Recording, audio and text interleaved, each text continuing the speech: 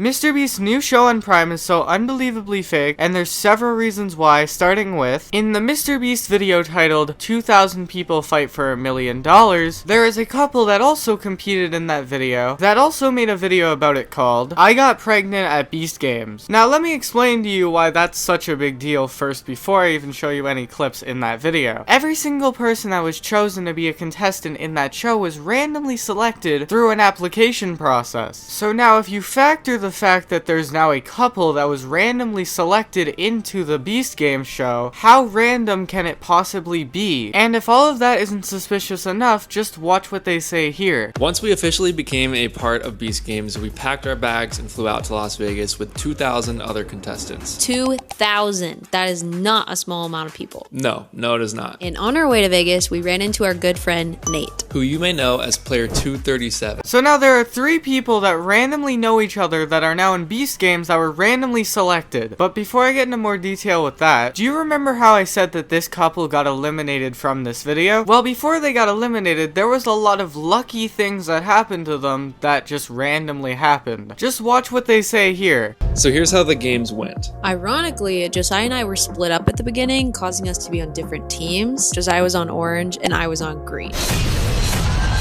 Game 1 was pulling a 5-ton boulder to the roof of the building, which both of our teams cruised through. So as you've seen, they were split up for the very first game, but both of their boulders happened to hit the top of the thing at the same time. But now if that isn't weird enough, just watch what they say here. So by this point, Sarah and I had done all of the other games separately, but for the last game, we decided to do it together because it also happened to be our 5-year anniversary that day. Now isn't that very coincidental? They both had a chance to compete together on their 5-year anniversary, the only time when they could actually pick to play together. Literally any other game in that video, they didn't have a chance of playing together because it was randomly selected with where they wanted to be. But the final game was the only game they were allowed to pick where they wanted to be, and that day happened to be their 5-year anniversary, and what happens next is even more suspicious to me. And what better way to make it to the Amazon Prime show than together on our 5-year anniversary? But no.